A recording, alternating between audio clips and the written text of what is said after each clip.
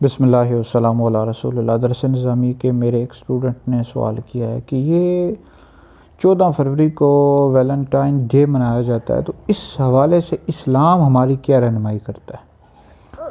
तो इस हवाले से याद रखें जी, ये वैलेंटाइन डे मनाना यानी इसमें जो लड़का होता है वो लड़की को गिफ्ट देता है, यानी नामहरम लड़की नामहरम होती है, उसको गिफ्ट देता है, तोहफे तहफ़ देता है। इस तरह लड़कियां भी इस तरह करती हैं, लड़कों को देती हैं।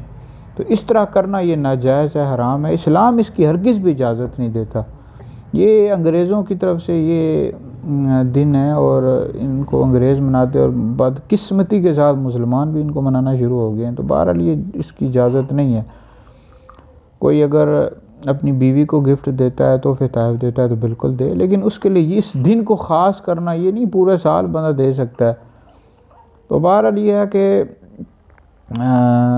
इसकी हरगिज़ भी इजाज़त नहीं है गैर महरम लड़कियों को मैसेज करना और तोहफे तहफ़ देना, गिफ्ट देना इस दिन।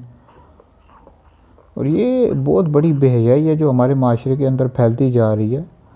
हदीस मुबारक का मफ़हूम है कि हया ईमान में से है। जब बंदे से हया ही निकल जाए तो फिर जो चाहे मर्ज़ी करे।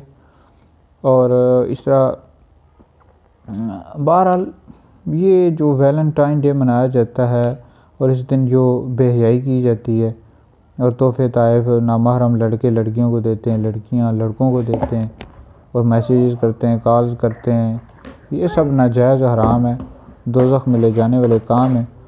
इनसे हरगिज़ इन कामों को हरगिज़ भी नहीं करना चाहिए भाई, इनसे बचना चाहिए।